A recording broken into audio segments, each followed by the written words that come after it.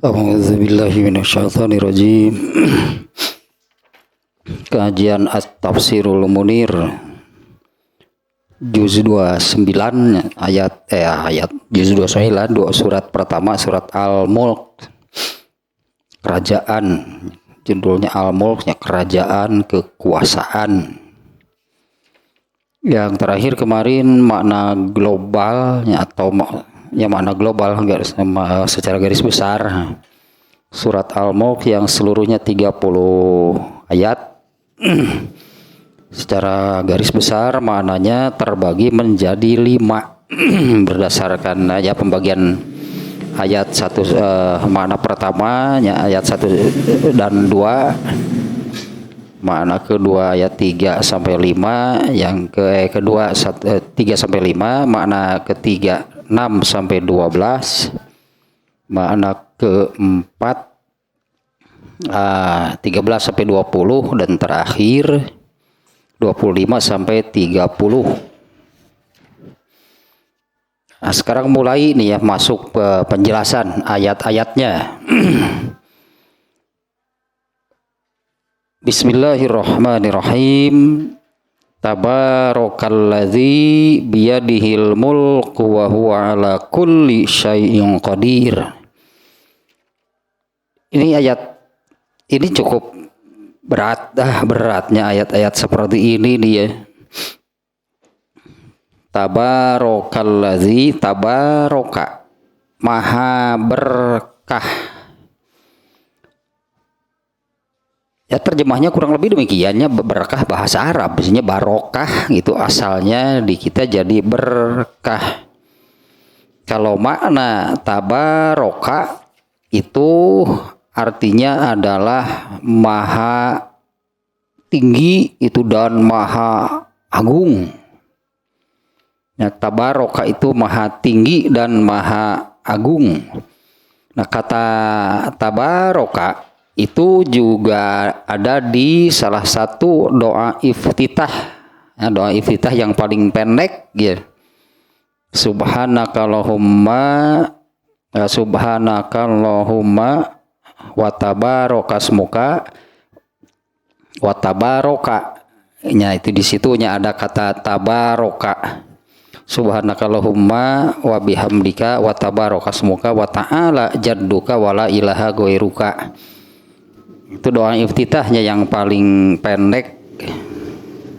Maknanya tabaroka itu kalau terjemah harfiahnya ya maha berkah. Berkah itu selalu itunya. Selalu baik.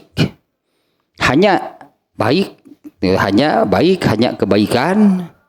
Nah, kalau misalnya seperti doa yang gini ya, Allahumma gfirli zanbi wa wasi'li fi dari wa barik li fima rozaqtani. Ya, Allahumma gfirli zanbi ini doa suka dibaca setelah wudu. Ya, Allahumma gfirli zanbi, ya Allah ampunilah dosaku. Wa wasi'li fi dari, dan lapangkanlah aku atau lapangkanlah bagiku di dalam rumahku.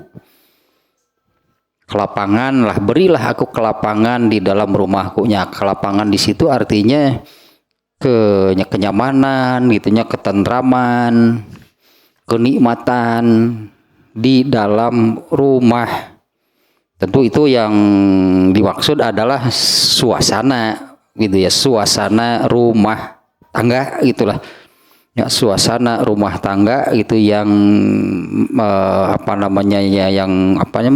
mendatangkan lah kedamaian, kenyamanan gitu, kenikmatan. Dan yang terakhir di doa tersebut, wa barik li fima rozaqtani, dan berkahilah pada semua yang engkau rezekikan kepadaku. Nah, berkahilah rezeki itulah ya. Nah, di situ minta bahasa kitanya keberkahannya dari semua yang direzekikan oleh Allah. Ya, rezeki bukan hanya harta, ya. Rezeki bukan hanya harta, anak juga rezeki. Nah, minta keberkahan artinya, yaitu berkah itu adalah kebaikan untuk dunia dan akhirat. Nah, ini ya ayat pertama demikiannya, tabarakallazi biyadihil mulku, maha berkah, maha tinggi, maha agung, yang di tangannya lah al-mulku, semua kekuasaan. Jadi tangannya lah, jadi maha berkah yang di tangannya lah, berada di tangannya lah al-mulku, semua kekuasaan, semua kerajaan. Wa huwa ala kulli syai'in qadir, dan dia Allah tentunya dari awal itu juga menerangkan Allah, dan dia itu atas segala sesuatu maha kuasa. Wa huwa ala kulli syai'in qadir, dan dia itu atas segala sesuatu maha kuasa. Terjemahnya demikianlah, maha berkah, maha tinggi artinya ya maha agung, yang di tangannya lah segala kerajaan, segala kekuasaan, dan dia maha atas segala sesuatu maha berkuasa. Nah, sekarang penjelasannya nih dari kitab At-Tafsirul Munir ini, ternyata penjelasannya ini beratnya ayat seperti ini. Ada beberapa poin nih di penjelasan menurut ini di kitab At-Tafsirul Munir ini. Yang pertama, Allah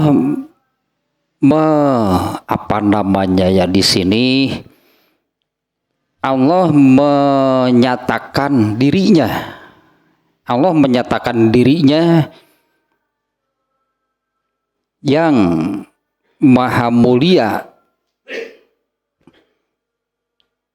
Nah, Allah menyatakan dirinya demikian itu sebagai berita gitu ya, untuk mengajarkan ya, untuk mengajarkan itu kepada manusia tentunya ya. Yumajjidullahu ta'ala nafsahu. Ya, Allah menyatakan dirinya itu maha kalau di sini ya susunan ayat yang tadi demikiannya, hanya di tangannya lah segala kekuasaan, seluruh kerajaan. Nah, artinya di sini itu makna dari majid. Majid itu maha maha kuasa, maha gagah. Kalau kita bandingkan misalnya, seperti ini hanya sekedar untuk punya gambaran gitu ya. Dulu Fir'aun berkuasanya seperti apa? Nah, siapa yang berani? Sebagai seorang raja, sebagai seorang penguasa, itu sebutnya dengan kekuasaan yang mutlak tanpa batas, apapun yang diinginkan dia mampu gitu ya, untuk ukuran manusia nih ya. Nah, misalnya kan karena kezaliman dan kejam, sadisnya Fir'aun sebagai seorang raja, sebagai penguasa yang ukurannya untuk manusia kekuasaan yang mutlak tanpa batas, apapun itulahnya, semua titahnya itu dilakukan, dijalankan. Nah, ketika menyiksa Bani Israel, Fir'aun itu pernah mengeluarkan satu keputusan, bunuh semua anak laki-laki dari Bani Israel itu dan biarkan anak-anak perempuannya hidup. Itu dijalankan. Nah, karena merasa itu dirinya berkuasa, ya siapa yang bisa menghalangi, siapa yang bisa melawan. Nah, kurang lebih demikian gitu ya. Tabarakallazi biyadihil mulku, hanya di tangannya lah segala kekuasaan, semua kekuasaan kerajaan. Nah, Allah menyatakan Kalau Fir'aun saja manusia bisa merasa gitu loh, berkuasa sedemikian rupa hingga terpikir, katakanlahnya terpikir, meskipun itu bukan dari dirinya, sebetulnya dari pembisik. Firaun menetapkan itulahnya sebagai penguasa, sebagai seorang raja saat itu, menetapkan bunuh itu semua anak laki-laki Bani Israel dan biarkan anak-anak perempuan hidup. Itu karena ada yang membisik, ada yang membisikkan, bagaimana kalau anak-anak Bani Israel yang sekarang masih anak-anak, masih kecil-kecil, bagaimana kalau nanti mereka tumbuh dewasa sementara engkau sendiri Firaun semakin tua, lemah, mereka bisa mengambil kekuasaan. Nah, karena ada bisikan demikian, nah, jadi harus bagaimana? Ya bunuh sekarang, bunuh mereka dari sekarang supaya tidak ada yang sampai tumbuh dewasa sehingga mereka menjadi kuat. Nah, karena kekuasaannya kemudian menetapkan keputusan demikian, bunuh semua anak laki-laki. Tidak ada yang bisa menghalangi. Nah, kalau Allah itu kekuasaannya seperti apa? Nah, di sini ya hakikat yang sesungguhnya kekuasaan itu biyadihil mulku itu hanya di tangan Allah. Ini yang kemarin nih baru-baru ini nih ya, udah agak lama juga sih ini yang ini. Ketika terjadi kiamat, kita sambil buka lagi nih ya hadisnya di kitab Riqaq Sahih Bukhari. Ketika terjadi kiamat, Allah menggenggam bumi. Ya, Allah menggenggam bumi, bahkan judul babnya pun di Imam Bukhari kalau nggak salah demikian ya. Nah, sebentar nih. Yang mana nih ininya ya? Nah, ini judulnya nih. Imam Bukhari itu memberi judulnya dalam kitab Riqaq itu Yakbidullahul ardo yaumal qiyamah. Allah menggenggam bumi itu pada hari kiamat. Yang ternyata kan bumi itu digenggam oleh Allah itu kemudian diremas-remas, itu kan seperti sebuah adonan yang bumi itu diremas-remas oleh Allah, kemudian inilah itu ya adonan dari bumi yang diremas-remas itu kemudian dihamparkanlah menjadi itu yang dijadikan hamparan di mahsyar. Nah, sebentar nih ya. Nih hadisnya nih seperti ini. Dengan judul demikiannya tadi di dalam Sahih Bukhari, Imam Bukhari memberi judulnya Allah menggenggam bumi pada hari kiamat. Nah, hadisnya An Abi Hurairah radhiyallahu anhu anin Nabi sallallahu alaihi wasallam qala yakbidullahul ardo wa yatwis samaa biyaminihi summa yaqulu anal malik aina mulukul ard. Nah, ini nantinya Allah menyatakan demikian. Padahal kalau ya ayat ini sudah menerangkan bukan hanya nanti pada hari kiamat, bukan hanya nanti di akhirat. Bukan hanya pada hari kiamat, bukan hanya terjadinya, artinya bukan hanya waktu terjadinya kiamat itu Allah ini ya, kita baca nih hadis yang ini nih ya. Dari Abu Hurairah, semoga Allah meridhoinya, dari Nabi SAW, beliau bersabda, Allah menggenggam bumi dan melipat langit dengan tangan kanannya seraya berfirman, Akulah raja sesungguhnya. Mana yang mendakwakan diri sebagai raja di bumi? Ini padahal kan ayat ini sudah gitu ya menyatakan demikian. Tabarakallazi biyadihil mulku, hanya di tangannya lah segala macam itu, segala seluruh kekuasaan kerajaan. Nah, nanti pada hari kiamat ya, di hadis tadi menyebutkan bahwa Allah menggenggam bumi dan melipat langit dengan tangan kanannya seraya berfirman, Akulah raja yang sesungguhnya. Mana itu Allah seolah-olah menantangnya, mana yang mendakwakan diri raja-raja di bumi. Jadi bukan hanya nanti pada hari ini kan terjadinya kiamat, Allah menggenggam bumi itu pada waktu terjadinya kiamat. Bumi itu digenggam, kemudian diremas-remas dan apa namanya, kemudian oleh Allah itu itulah yang dijadikan hamparan di mahsyar.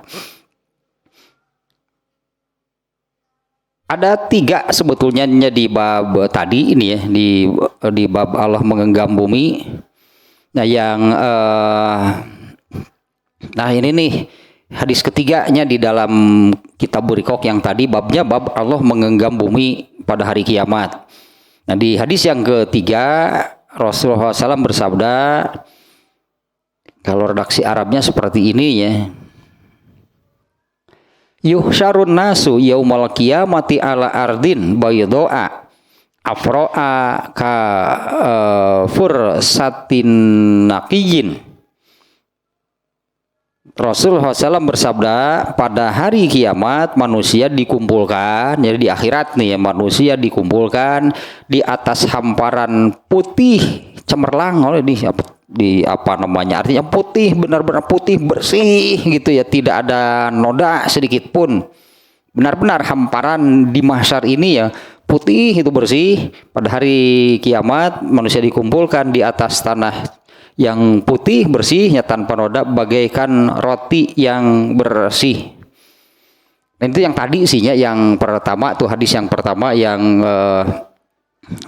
menerangkan pada hari kiamat Allah menggenggam bumi dan melipat langit dengan tangan kanannya seraya berfirman, akulah penguasa.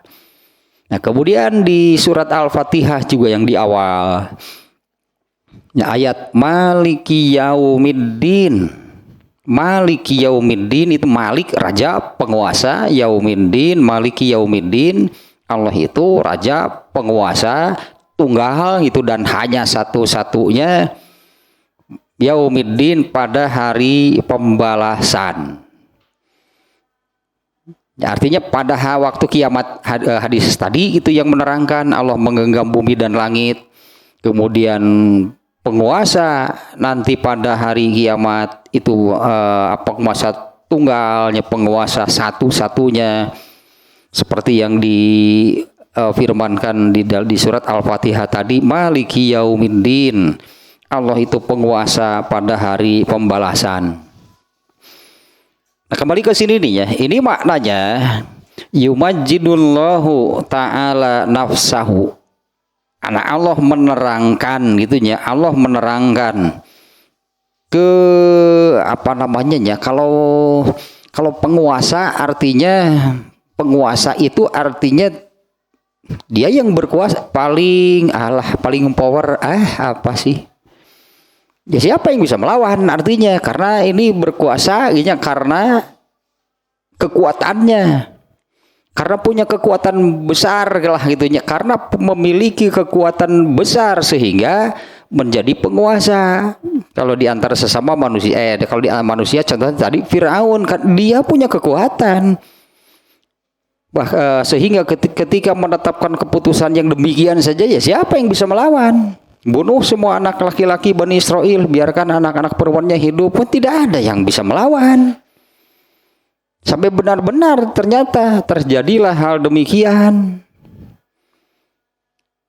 Itu gambaran gitu ya, begitu berkuasanya karena punya kekuatan.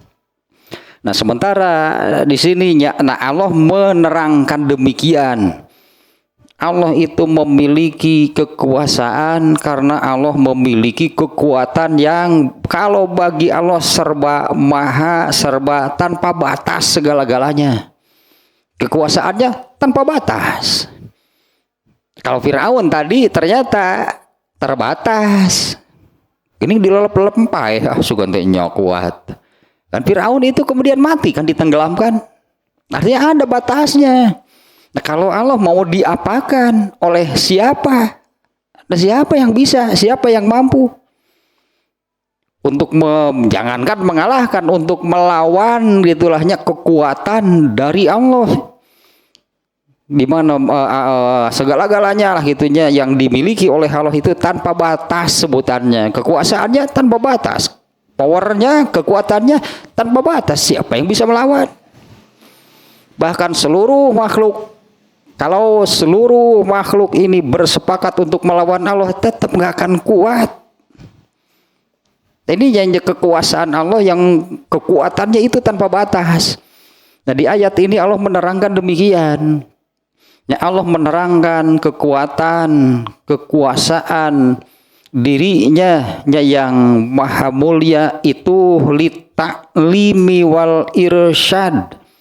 Ini untuk mengajarkan kepada manusia agar manusia itu apalah bahasa kitanya jadinya, agar manusia itu menyadari hal tersebut.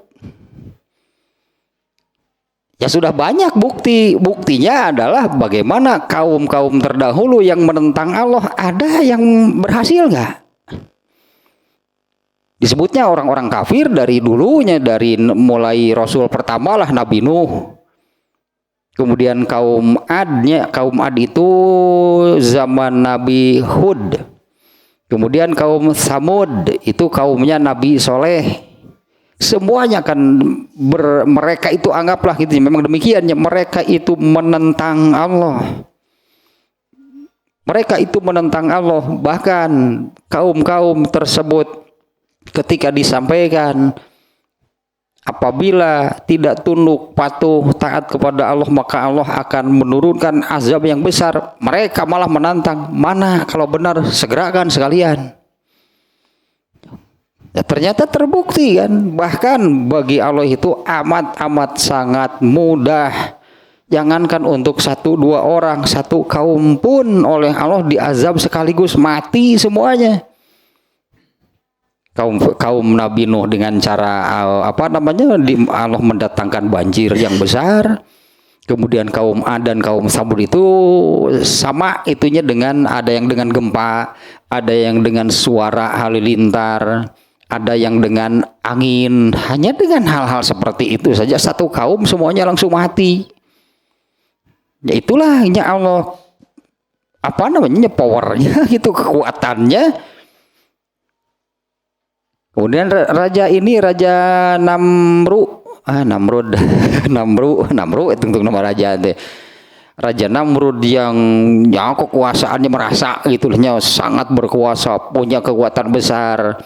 Ternyata oleh Allah diazab hanya dengan memasukkan serangga kecil, entah masuk melalui lubang hidung, entah masuk melalui lubang telinga. Masuk serangga kecil, kemudian hidup di kepalanya, entah berapa lama sakitnya, meronta-ronta karena kesakitan. Di dalamnya ada serangga, di dalamnya ada binatang kecil, padahal mungkin besar nyamuk gitu binatangnya. Nah, ternyata sampai mati.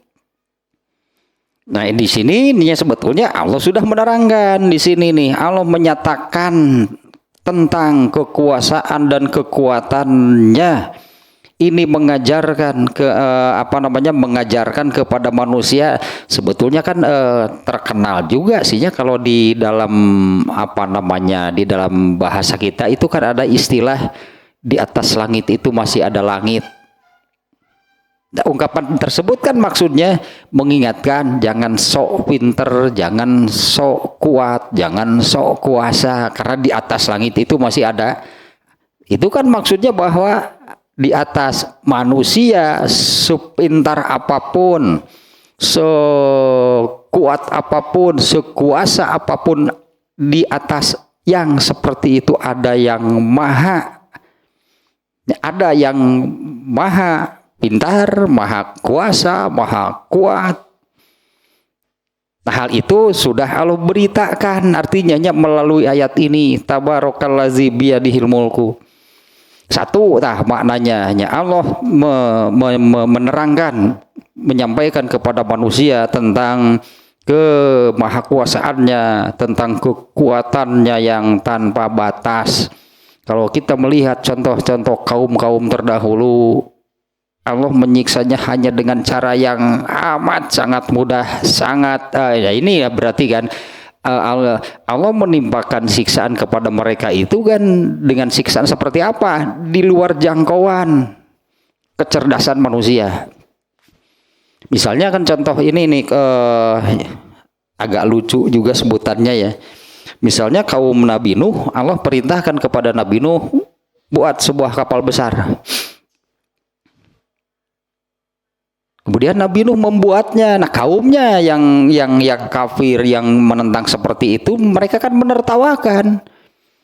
Nah, ini apa namanya, Nabi Nuh ini katakanlah kalau seperti Rasulullah juga kan oleh Abu Lahab itu kan disebut orang gila.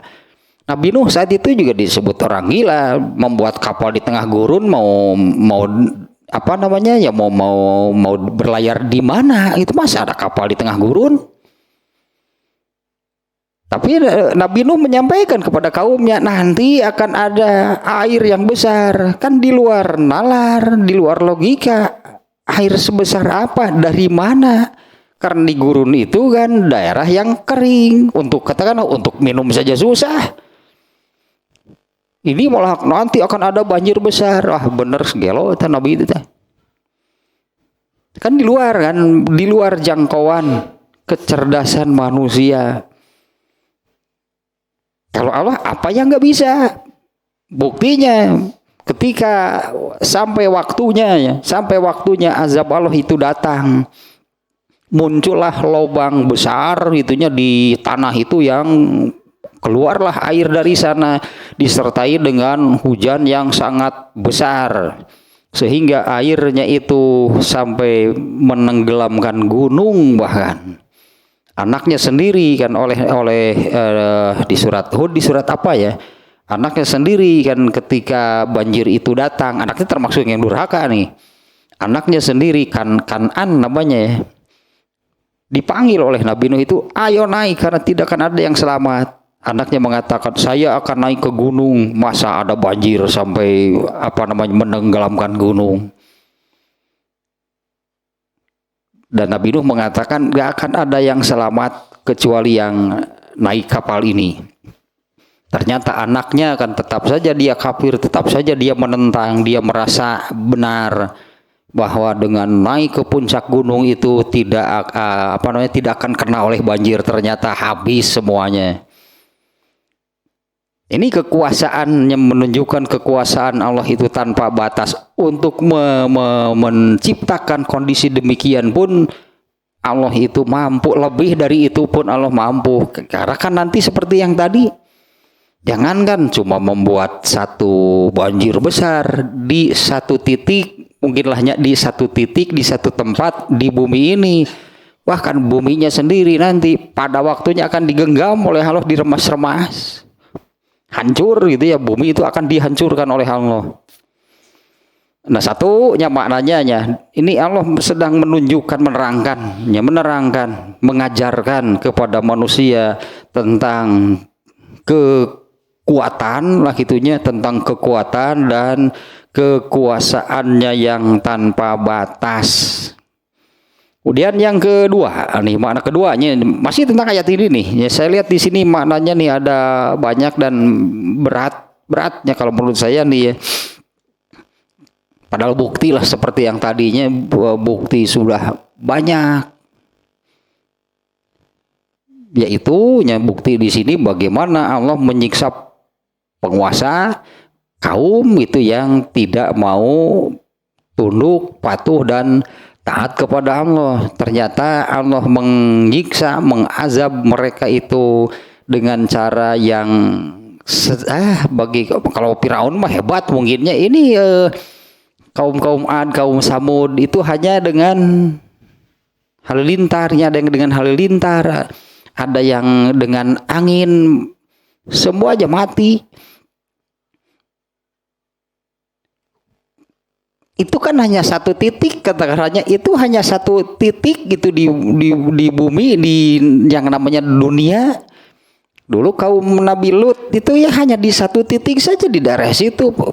Tentulah amat sangat mudah bagi Allahnya menyiksa, hanya satu titik mendatangkan bala gitulah. Mendatangkan bala, mendatangkan azab hanya untuk di satu titik. Bumi seluruhnya saja Allah mampu. Nah, yang kedua nih, yukhbiru annahu subhanahul mutasarrifu fi jami'il makhluqati bima syaa. Ini yang kita terjemah dulu. Ini ya menurut penulis At-Tafsirul Muri ini, dengan redaksi demikian itunya Allah juga mengabarkan, memberitahu itu kepada manusia bahwa Allah lah yang berkuasa. Karena ini kan intinya tentang kekuasaan, kekuatan yang Allah miliki. Nah, Allah berkuasa untuk melakukan apapun, disebutnya melakukan apapun, bahkan boleh kita artikan Allah berkuasa untuk mau merekayasa kayak sebutannya. Allah mau mampunya, Allah berkuasa untuk merekayasa, mengutak-atik, mengubah-ubah seluruh makhluknya sesuai kehendaknya. Sebutan demikiannya, mengotak-atik, mengubah-ubah, merekayasa seluruh makhluknya ini sesuai keinginan Allah saja. Tapi dengan catatan Allah melakukan apapun, mau sebutannya tadinya Allah merekayasa, mengubah-ubah, mengotak-atik. Sebetulnya kan oleh manusia juga ini sudah bisa kalau dikaitkan sebenarnya, kalau dikaitkan ke kekuasaan Allah, ya memang Allah berkuasa. Karena kan manusia juga mengenal teori evolusi. Teori evolusi itu itunya misalnya pada tumbuhan itu dan hewan. Bagaimana hewan itu mengalami perubahan mengikuti habitatnya, mengikuti ekologi tempat hidupnya. Manusia, hewan itu banyak yang mengalami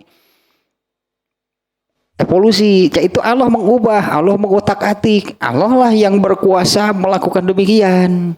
Manusia mengenalnya dengan teori evolusi, padahal tidak ada yang bukan ketetapan Allah.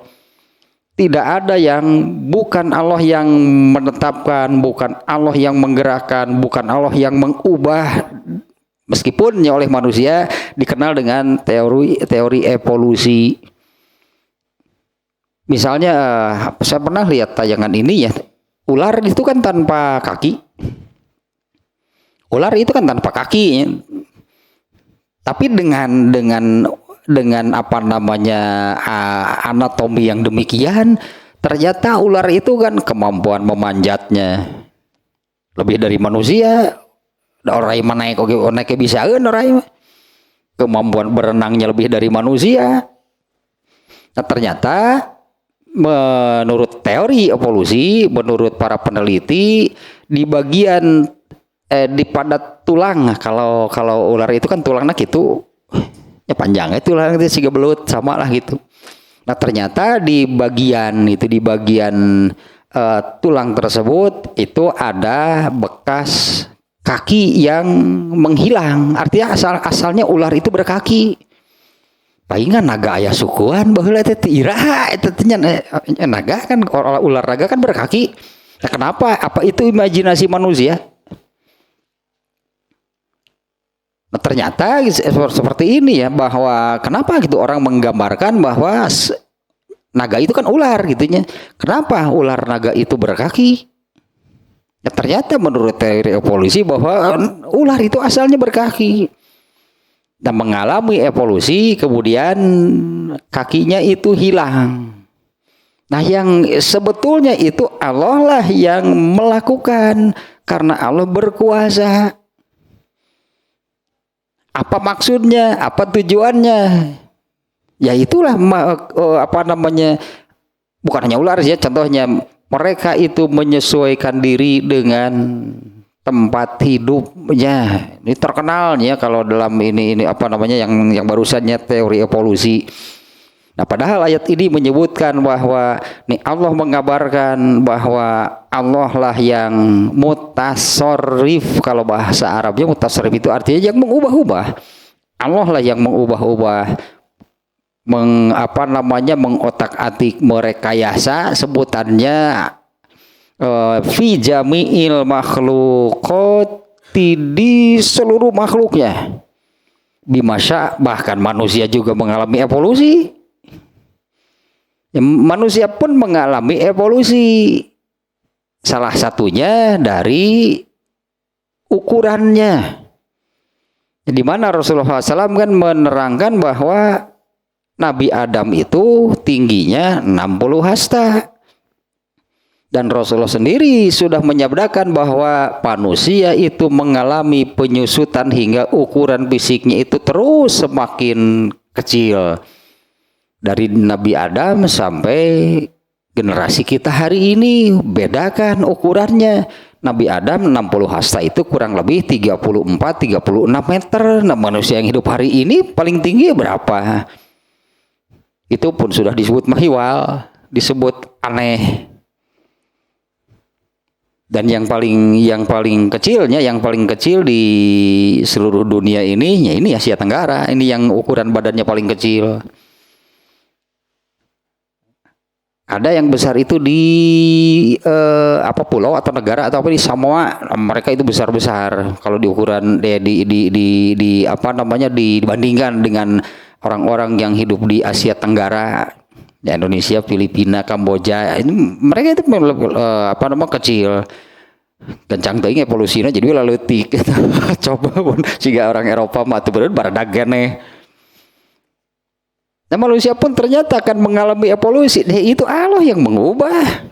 Allah yang mengubah ukuran manusia. Ternyata manusia pertama Nabi Adam kan 34-36 meteran. Tingginya sekarang berapa? Ayat makna tabarakalladzi biyadihil mulku wa huwa ala kulli syai'in qadir. Allah berkuasa mengubah, mengotak-atik, merekayasa apapun lah dan sesuai yang Allah inginkan saja. Nah, dengan catatan apapun yang Allah lakukan itu tidak pernah salah. Nah, apa yang Allah lakukan itu tidak pernah salah. Entah mungkin kenapa manusia sendirinya mengalami penyusutan gitu ya, sehingga ukuran fisiknya itu jauh dari manusia pertama yang Allah turunkan ke bumi, itu Nabi Adam. Karena jumlahnya sekarang miliaran orang gitu ya. Kalau ukurannya masih seukuran Nabi Adam, wah loba meureunna nu moal ka bagian tempat sudah heurin penuh sesak. Kalau manusianya seukuran Nabi Adam. Dua, maknanya Allah berhak gitu boleh disebut itulah mengutak-atik, merekayasa, mengubah seluruh makhluknya sesuai dengan apa yang Ia inginkan. Nah, ini kemudian nih yang ketiga, ini maknanya ya. Mana yang ketiga, annahu tamul qudroh. Allah itu memiliki kemampuan tanpa batas. Tadinya al-qudrohnya Allah itu memiliki kemampuan tanpa batas ala kullil asyai atas segala sesuatu. La yu'jizuhu syai'un. Nih karena kekuatannya Allah itu memiliki kekuasaan dan kekuatan tanpa batas atas segala sesuatu. La yu'jizuhu syai'un, tidak ada yang bisa mengalahkannya. Nah, karena kan sebetulnya kalau kita kembali ke awal ini maksudnya bagaimana awal mula adanya kehidupan. Ini dulu pernah ditanyakan kepada Rasulullah SAW, bagaimana awal mula adanya kehidupan. Nah, Rasulullah SAW menjawab, pada asalnya Allah itu sendirian. Karena hanya Allah lah yang tidak berawal. Allah sendirian, artinya selain Allah tidak ada semuanya. Allah itu sendirian karena Allah itu tidak berawal. Sementara selain Allah, awal keberadaannya adalah diadakan. Hanya jangan nanya tahun berapa, sekian juta tahun yang lalu, itu nggak akan ada sih soal waktunya. Allah itu sendirian karena hanya Allah yang tidak berawal. Adapun selain Allah artinya seluruhnya berarti selain Allahnya. Apapun, siapapun, yang bagaimanapun, pokoknya selain Allah. Nah, adapun selain Allah itu ada awalnya. Kalau Allah tidak berawal, Kalau selain Allah itu ada awalnya, yaitu awalnya itu diadakan oleh Allah, dari tidak ada menjadi ada. Itulah awal mula kehidupan. Nah, kalau di dalam ayat apanya? Ayat ini yang menerangkan Allah menciptakan langit dan bumi dalam 6 masa disebutnya. 6 masa, 6 hari, 6 tahap, itulah mungkinnya Allah menciptakan langit dan bumi ini dalam waktu 6 hari. Nah, langit dan bumi di situ kan maksudnya langit, bumi dan seluruh isinya. Nah, inilah yang disebut selain Allah. Semuanya ada awalnya, yaitu diadakan oleh Allah. Jadi ada dua. Kalau bahasa Arabnya, Allah itu kholik, selain Allah makhluk. Ini kalau makna bahasa Arabnya, kholik itu isim fa'il, artinya yang menciptakan, yang mengadakan.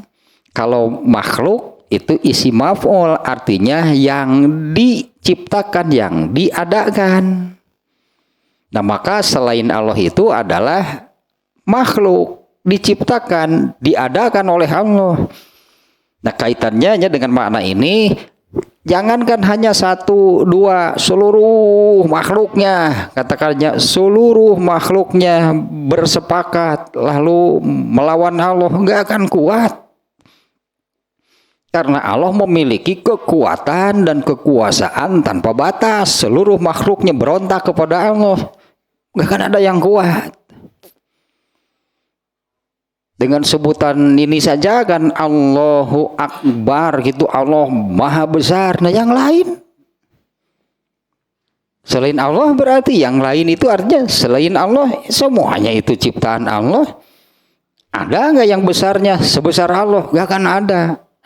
Allahu Akbar, Allah itu maha besar. Sebesar apa? Tanpa batas. Kalau bagi Allah semuanya tanpa batas. Ya, Allah di sininya yang memiliki kekuatan dan kekuasaan yang tanpa batas atas segala sesuatu. Karena segala sesuatu yang dimaksud itu kan itulah makhluknya. Allah berkuasa atas segala sesuatu. Ya, segala sesuatu itu adalah makhluknya. Allah yang menciptakan, Allah yang mengadakan. Ya, sekali lagi, jangankan dari seluruh makhluknya ini, jangankan hanya 1, 2 atau 1, 2 atau kelompok, seluruh makhluk kalau mau menentang Allah, melawan Allah, tidak akan ada yang kuat. Seluruh makhluknya kalau bersepakat, katakanlahnya bersepakat, berkongsi, berkoalisi, semuanya menentang, melawan Allah, la yu'jizuhu syai'un, tidak akan ada yang mengalahkan Allah. Bal huwa bitasarrufin fi mulkihi kaifa yurid. Nah, Allah dengan kekuasaan dan kekuatannya itu berhak. Sebetulnya Allah berhak karena memang semuanya ciptaan Allah. Allah yang berhak. Mau Allah apakan, katakanlahnya ciptaannya ini. Mau Allah buat begini, mau Allah buat begitu, mau diapakan pun, semuanya itu ciptaan Allah, semuanya makhluk Allah, sehingga Allah berkuasa penuh atas seluruh makhluknya. Bitasarrufin, huwa bitasarrufin. Allah lah yang berhak melakukan apapun, karena kekuatan dan kekuasaannya itu kaifa yurid, bagaimanapun apapun yang ia kehendaki. Tapi dengan catatan tadinya, apapun sebutanlah yang Allah lakukan itu, dari kalau kita menyebut dari yang terkecil sampai yang terbesar, semuanya benar. Karena Allah tidak pernah salah. Nah, Allahnya yang ininya dengan kekuatan dan kekuasaannya itu, nah Allah hak melakukan apapun sesuai keinginannya. Karena Allah itu punya keinginan. Yang ini nih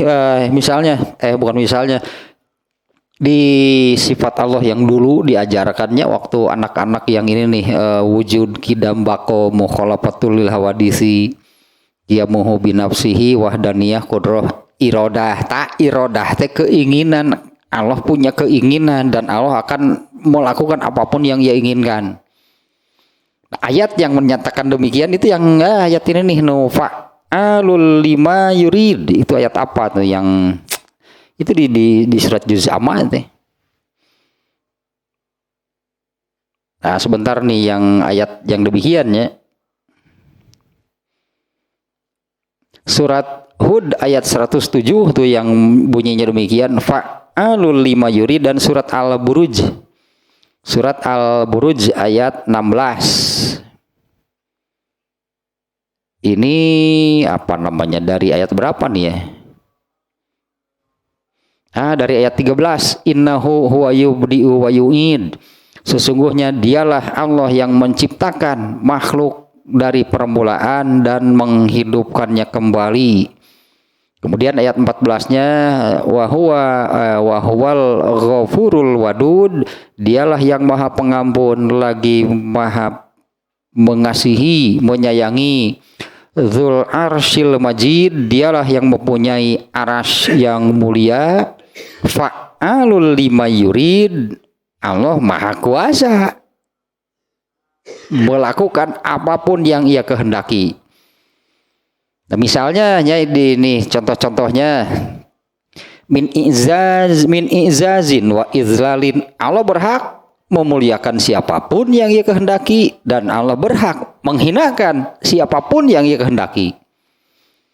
Tapi ini makna yang ini jangan diartikan manusia, katakanlah kita ini ya sudah diam saja. Kalau Allah menghendaki kita dijadikan yang orang yang mulia, yang terhormat, jadilah. Ya kalau kita ditakdirkan disebutannya, kalau kita ini termasuk orang yang Allah menghendaki untuk menghinakan kita, ya kita bisa apa? Tapi hakikatnya ya, apakah seseorang itu menjadi orang yang mulia? Itu Allah yang melakukan. Atau sebaliknya, apabila seseorang itu ternyata menjadi orang yang hina, Allah lah yang memuliakan, Allah lah yang menghinakan. Tapi maknanya bukan demikiannya. Ya sudah, kalau begitu kita diam saja, tunggulah. Tunggu nasib. Ya tunggulah nasib. Kita ini termasuk yang mana nih? Apa dimuliakan atau dihinakan? Ya, bukan demikian sihnya ininya maknanya. Jadi manusianya diam, tidak usah melakukan apapun. Artinya tidak usah melakukan sesuatu yang akan membawa seseorang kepada kemuliaan. Eta mah setan teh atuh nu kitu mah jurus ka-7. Jurus ka-7 setan teh eta kan, jurus setan kan membisikkan. Buat apa beramal soleh kalau Allah takdirkan masuk neraka, mau apa? Dan setan akan mendorong manusia untuk berbuat dosa. Lah sebanyak apapun dosa kamu, kalau Allah berkehendak, kalau Allah menghendaki kamu masuk surga, pasti masuk surga. Nah kan tidak demikian. Itu bisikan setan. Nah, kalau ada seseorang dia ini menjadi mulia, ya kemuliaan itu diberi oleh Allah. Kalau ada seseorang yang ternyata hina seperti Firaun, itu dihinakan oleh Allah. Tapi kan Allah memuliakan atau menghinakan seseorang itu kembali kepada amalnya masing-masing. Ini memang pada akhirnya apabila seseorang yang ternyata kemudian menjadi manusia yang mulia, Allah yang memuliakannya, menjadikan orang itu mulia. Kemudian Allah juga yang menjadikan seseorang itu menjadi orang yang rendah, yang hina. Kemudian Allah warafa'a wa wado'a, Allah juga yang meninggikan seseorang dan menjatuhkan seseorang. Allah yang mengangkat seseorang juga dan menjatuhkan seseorang. Wa in amun wantiqamun, Allah juga yang memberi kenikmatan, Allah juga yang memberi siksaan. Wa i'ta'in wa man'in, Allah juga yang memberi atau menghalangi sesuatu. Allah yang mewujudkan, Allah lah yang mewujudkan atau menghalangi sesuatu. Nah ininya yang tidak ada yang bisa menentang, tidak ada yang bisa melawan, apalagi mengalahkan Allah. Tanggungnya kalau saya katakan, jangankan satu dua orang, jangankan satu dua kelompok, seluruh makhluknya kalau bersepakat menentang melawan Allah itu tidak akan ada yang kuat. Kekuatan Allah itu tanpa batas, kekuasaannya pun tanpa batas. Ya, innahu tamul qudroh, Allah kekuasaannya itu tanpa batas, ala kulil asya, atas segala sesuatu. La yu'jizu syai'un, tidak ada yang bisa mengalahkannya. Nah, dengan kekuasaan dan kekuatan tanpa batasnya itulah Allah melakukan apapun yang Ia kehendaki. Mau menghinakan atau memuliakan seseorang, Allah berhak, Allah berkuasa. Siapa yang bisa menghalangi? Mau meninggikan atau merendahkan seseorang, memberi kenikmatan atau memberi siksaan, kemudian mewujudkan atau menghalangi sesuatu, Allah berkuasa penuh. Ya, Allah berkuasa penuh. Ini artinya kan ini apa namanya ya, pelajarannya ya bagi kita. Kesimpulannya, pelajarannya, kalau Allah yang sedemikian kekuatannya, sedemikian kekuasaannya, benarlah gitu, artinya benarlah, mending dia taat. Kesimpulan nanti gitu kan, sudah mending taat saja.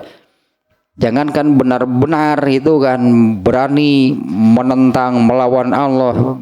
Kalau saya sebut berpikir demikian pun ulah mikir gitu ya, mikir ulah, apalagi benar-benar itunya dilakukan melawan dan menentang Allah. Mikir ke arah sana pun gitu ya, ulah gitu-gituan. Artinya ya sudahlah, mending tunduk, patuh, taat itu kepada Allah. Di mana justru kan Allah menjanjikan balasan yang tak terhingga, karena dengan Allah itu kan semuanya, Allah itu tak terhingga, bahkan balasan untuk manusia pun tak terhingga bagi yang tunduknya, patuh, taat kepada Allah, daripada mikir-mikir ngalawan, mikir-mikir menentang Allah, apalagi sampai benar dilakukan. Karena contoh seperti itu sudah banyak. Tadinya kaum-kaum terdahulu itu ya mereka itu yang berani menentang melawan Allah. Sudah banyak buktinya, semuanya itu hancurnya disiksa oleh Allah. Kemudian yang berikutnya, la mu'aqibali hukmihi. Kalau Allah menetapkan sesuatu, kalau manusia itu kan ketika melakukan sesuatu, kalau manusia itu ya dengan amalnya gitu ya, bukan ketika melakukan sesuatu. Manusia itu seluruh yang dilakukan oleh manusia, seluruh yang diamalkan oleh manusia itu nanti akan dihisab, sebutannya kan dihisab atau ditimbang, itu amalnya ditimbang dan dihisab. Artinya kan dimintai pertanggungjawabannya. Kalau manusia akan demikian, manusia akan dimintai pertanggungjawabannya. Artinya mengapa melakukan? Semuanya akan dimintai tanggung jawabnya oleh Allah. Nah, sementara di sini Allah la mu'aqibali hukmihi, siapa yang mau menentang Allah? Siapa yang mau memintai pertanggungjawaban Allah? La mu'aqibali hukmihi itu artinya demikiannya, bahwa tidak akan ada yang menghisab, sebutannya ari Allah rek dihisab kusaha itu, masa Allah dihisab? Apapun yang dilakukan oleh Allah tidak akan ada yang menghisab, tidak boleh menghisab Allah. Yang maha itu kan yang maha kuasa, yang maha yang maha kuasa, yang maha kuat itu, yang maha gagah, bahkan mempertanyakan sesuatu saja kepada Allah itu salah. Mengapa begini, mengapa begitu, itu saja sudah salah. Contohnya kan sudah jelas juga ada di dalam ayat Al-Quran. Allah menetapkan ketika Nabi Adam melanggar di dalam surganya, ini ketika masih di dalam surga, ketika Nabi Adam melanggar di dalam surga kan Allah menetapkan, yaitu Allah menetapkan Nabi Adam harus keluar dari surga karena dia melanggar.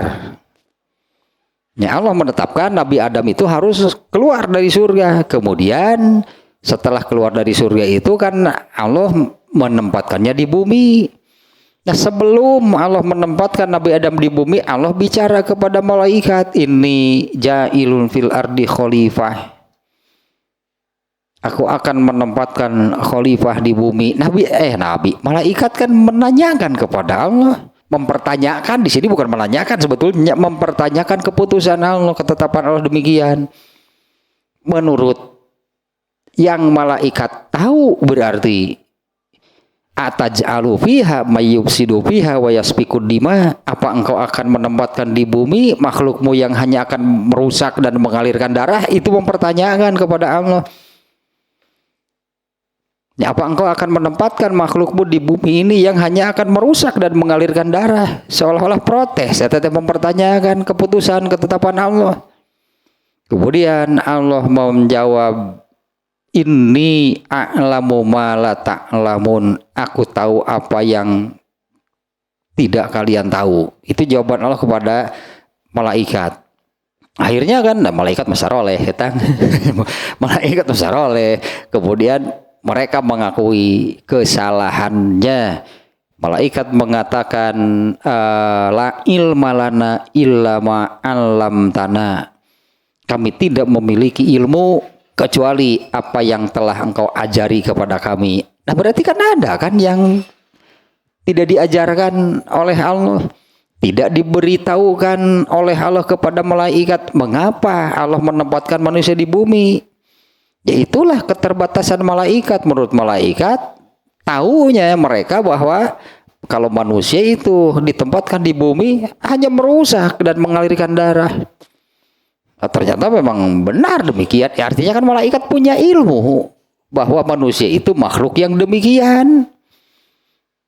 Allah berfirman bahwa aku akan menempatkannya di bumi. Kesimpulan malaikat apa? Ya, merusak berarti dan mengalirkan darah. Manusia itu kalau ditempatkan di bumi demikian.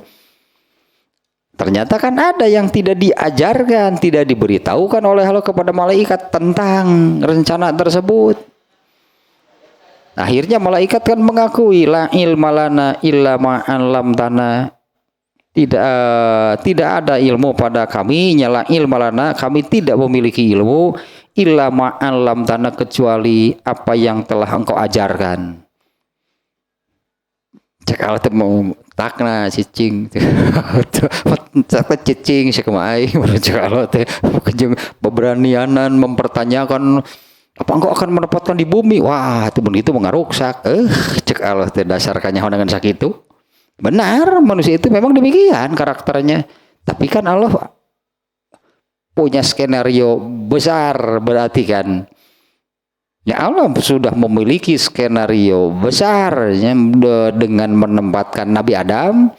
Setelah Allah mengusirnya dari surga, Allah menempatkan Nabi Adam itu di bumi. Itu atur rencana Allah, skenario Allah sedemikian matangnya sebetulnya.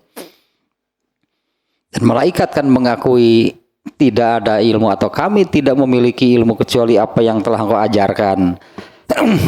Nah, di sininya la mu'aqibali hukmihi, ya siapa yang mau menghisab Allah, siapa yang mau menghukum Allah atas segala apa yang Allah tetapkan.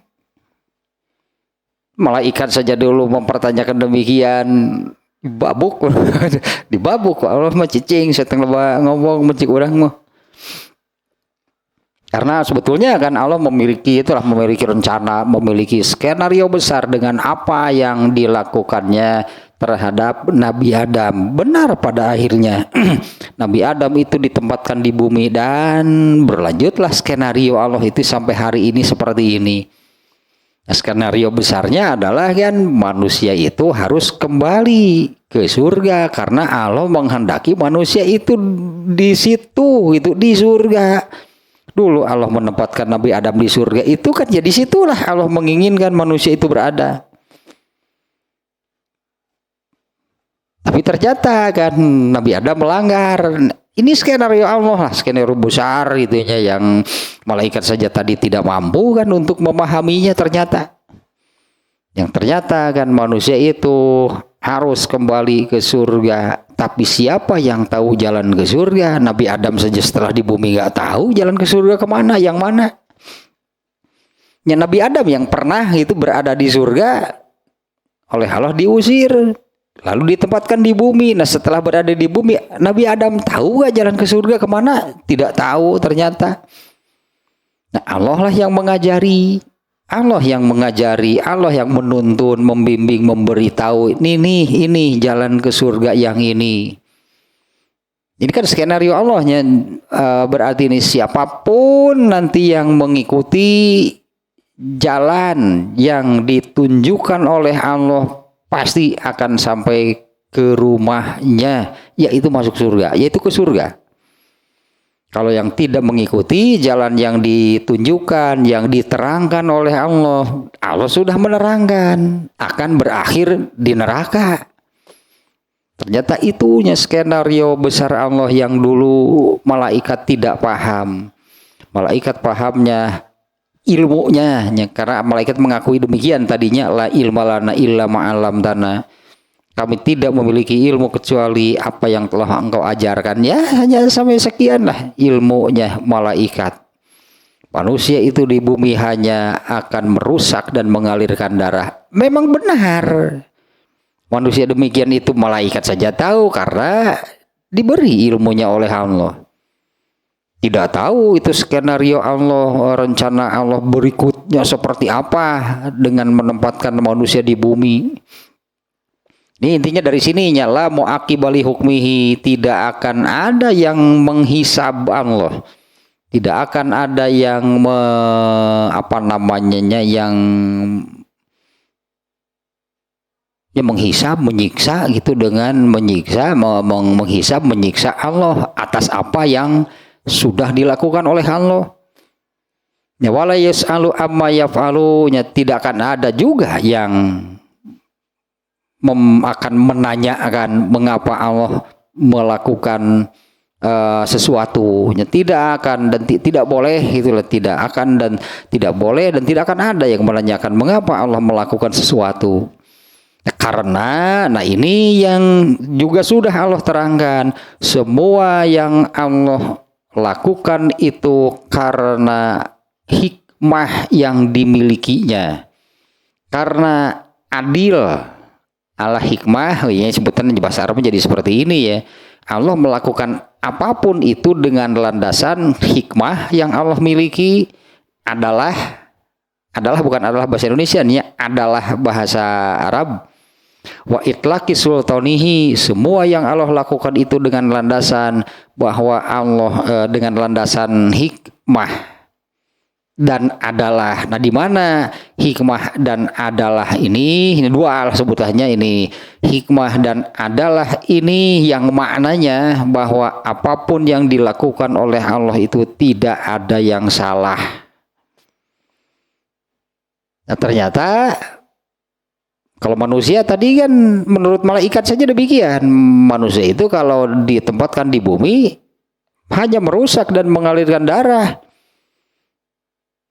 Nah maka hikmah, kalau Allah semuanya justru tadinya, kalau Allah semuanya itu berdasarkan hikmah dan adalah yang dimilikinya, yang maknanya hanya memiliki hikmah dan adalah itu adalah apa yang Allah lakukan itu tidak ada yang salah, semuanya benar. Nah hikmah dan adalahnya ini seperti makna yang tadi, Allah berhak memberi kepada siapa yang ia kehendaki, dan Allah berhak juga tidak memberi kepada siapa yang ia kehendaki. Nah itu ayatnya nih, hikmahnya Allah. Kalau Allah itu maha lagi gitu kan, kalau maha hikmah, ternyata manusia itu juga ada yang diberi hikmah oleh Allah dan adalah. Kalau manusia yang diberi hikmah dan adalah, artinya akan menjadi manusia yang benar. tanpa diberi hikmah dan adalah oleh Allah, manusia itu kembali lagi ke karakter aslinya, yaitu merusak dan mengalirkan darah. Di Al-Baqarah 269 kalau nggak salah nih ya, Al-Baqarah 269 nih. Ya kalau Allah kan tidak boleh gitu, tidak boleh dan salah artinya ya, kalau dilakukan salah. Tidak boleh mempertanyakan, menanyakan sesuatu kepada Allah atas apapun yang dilakukannya, karena Allah melakukan semuanya itu berlandaskan hikmah dan adalah yang dimilikinya. Ya, yang maknanya demikian tadinya, dengan berhikmah atau memiliki hikmah dan adalah itu artinya yang dijanjikan, yang dilakukan oleh Allah itu tidak ada yang salah. Nah, di ayat 269 nih, di ayat 2 Al-Baqarah 269, yu'til hikmata mayyasha wa mayyutal hikmata faqad utiya khairon katsira wa ma yadzakaru illa ulul albab.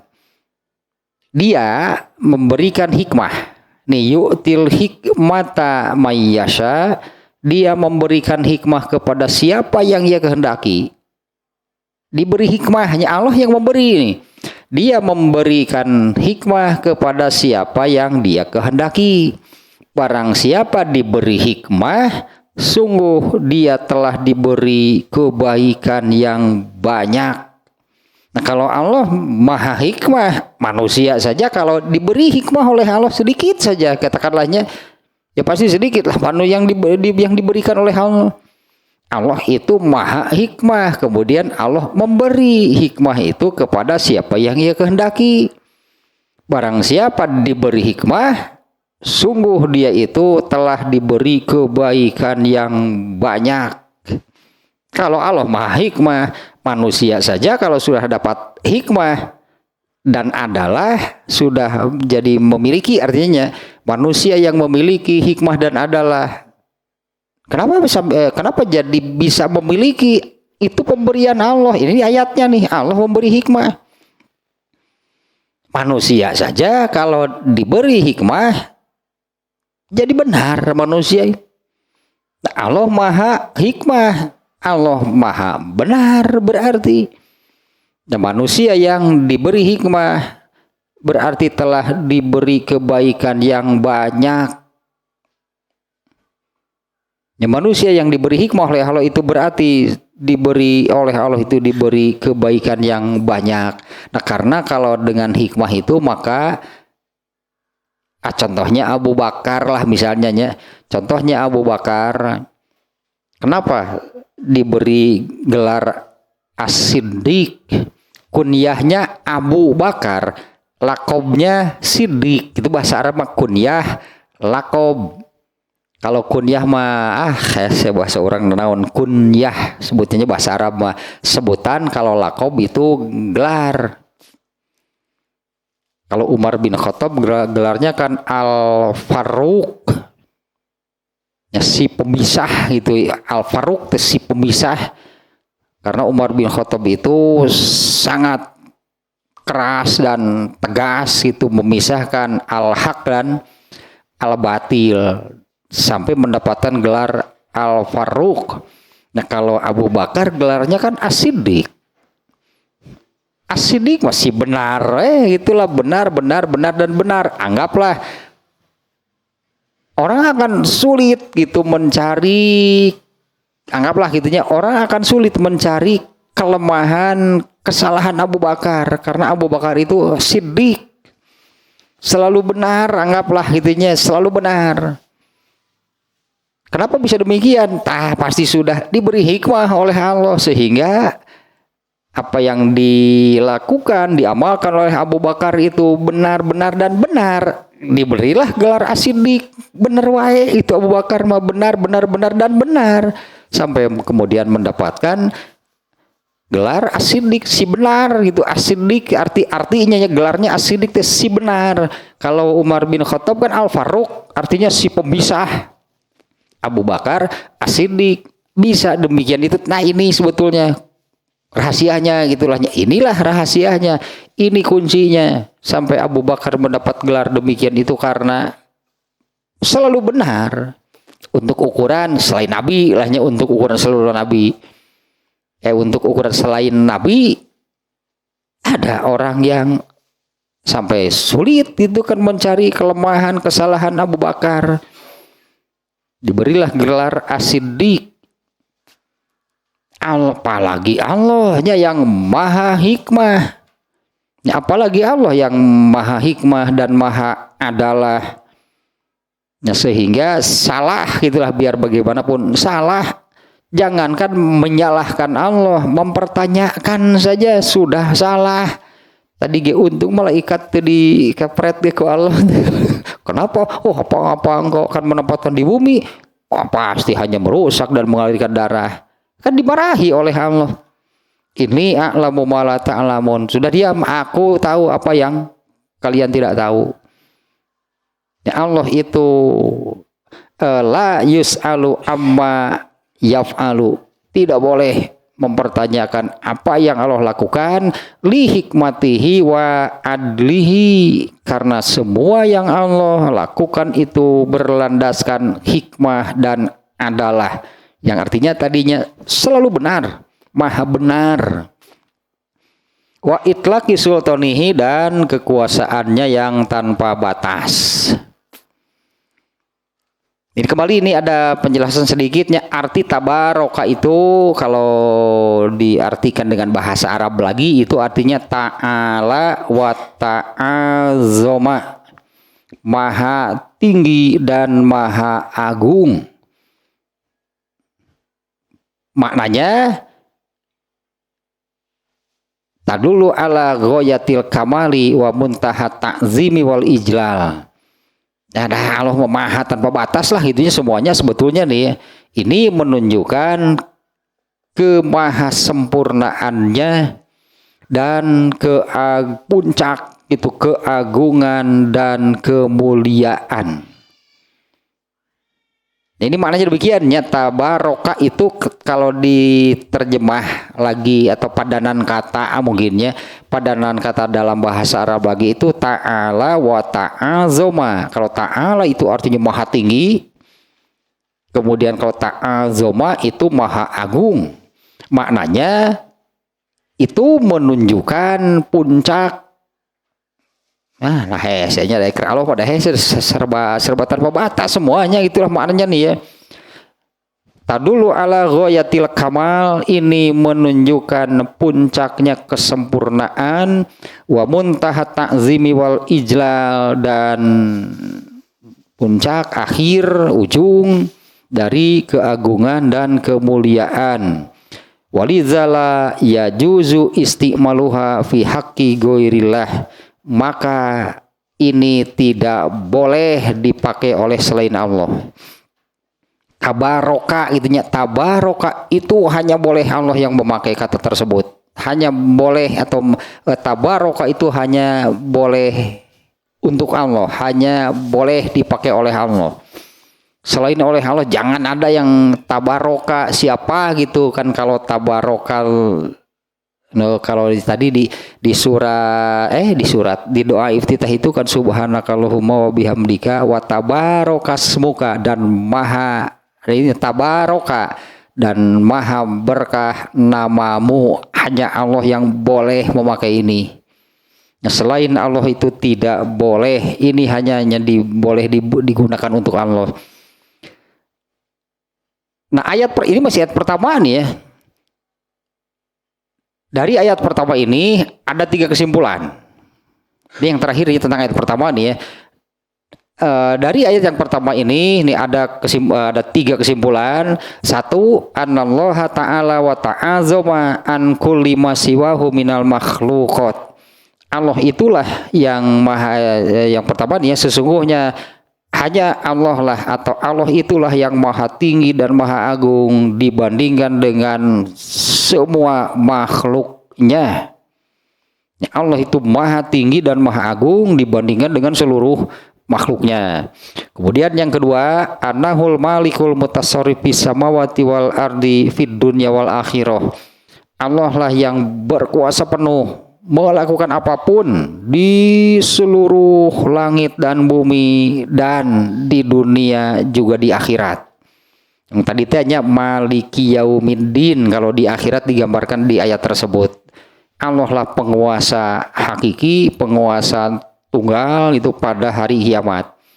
Nah, Allah lah yang berhaknya, Allah yang berkuasa melakukan apapun di seluruh alam raya lah sebutnya mungkinnya, di seluruh alam raya ini juga di dunia dan di akhirat. Yang ketiga, wa huwa sahibul qudrati tamah wa sultanil mutlaqi ala kulli syai'in. Nah, Allah lah pemilik sahibul qudrati tamah. Allah lah pemilik kekuasaan yang maha sempurna dan kerajaan yang mutlak tanpa batas atas segala sesuatu. Ini baru ayat pertamanya sampai di sana nih ya, dan menggambarkan benarlah itu Allah itu maha segala-galanya. Sementara selain Allah itu dari statusnya saja kan semuanya ciptaan Allah. Dan semuanya sudah diukur, ditakar oleh Allah. Kalau langit yang dikatakan besar sebesar apa, ada ukurannya sebetulnya, ada takarannya. Kalau di hadis tadi, pada hari kiamat Allah menggenggam bumi dan melipat langit, anger gini langit gaya ukuranana, digenggam oleh Allah. Langit yang entah seberapa besarnya, kalau menurut kita manusia ternyata tetap ada ukurannya, besarnya seperti apa, tetap saja bisa digenggam oleh Allah. Sementara kalau di dalam ucapan Allahu Akbar, Allah maha besar. Nah, besarnya Allah sebesar apa? Tanpa batas, untuk Allah itu segala-galanya. Yang terakhirnya, kesimpulan ketiganya, Allah lah yang pemilik sahibul qudrati tamah. Allah pemilik kekuasaan yang sempurna serta kerajaan yang tanpa batas atas segala sesuatu. Tadilah kekuasaan dan kekuatan Allah itu di atas seluruh makhluknya. Ya, karena bagi Allah itu untuk hal ininya pun ya, kekuatan dan kekuasaannya pun Allah itu tanpa batas. Nah, artinya ya, pelajarannya kan bagi kita itu ya, kita siapa kalau Allah yang ternyata Allah itu seperti ini nih menurut ayat ini. Tabarakallazi biyadihil mulku wa huwa ala kulli syai'in qadir. Maha tinggi, maha agung, maha berkah Allah yang dimaksudnya, yang hanya di tangannya lah seluruh kerajaan, seluruh kekuasaan, dan Dia berkuasa atas segala sesuatu. Tekan kesimpulannya nges meningge tunduk, patuh, taat kepada Allah, nggak ada kesimpulan lain. Percuma mau melawan juga, percuma mau katakanlah mau menentang, mau melawan Allah. Jangankan menentang, melawan, mempertanyakan yang Allah lakukan saja sudah salah.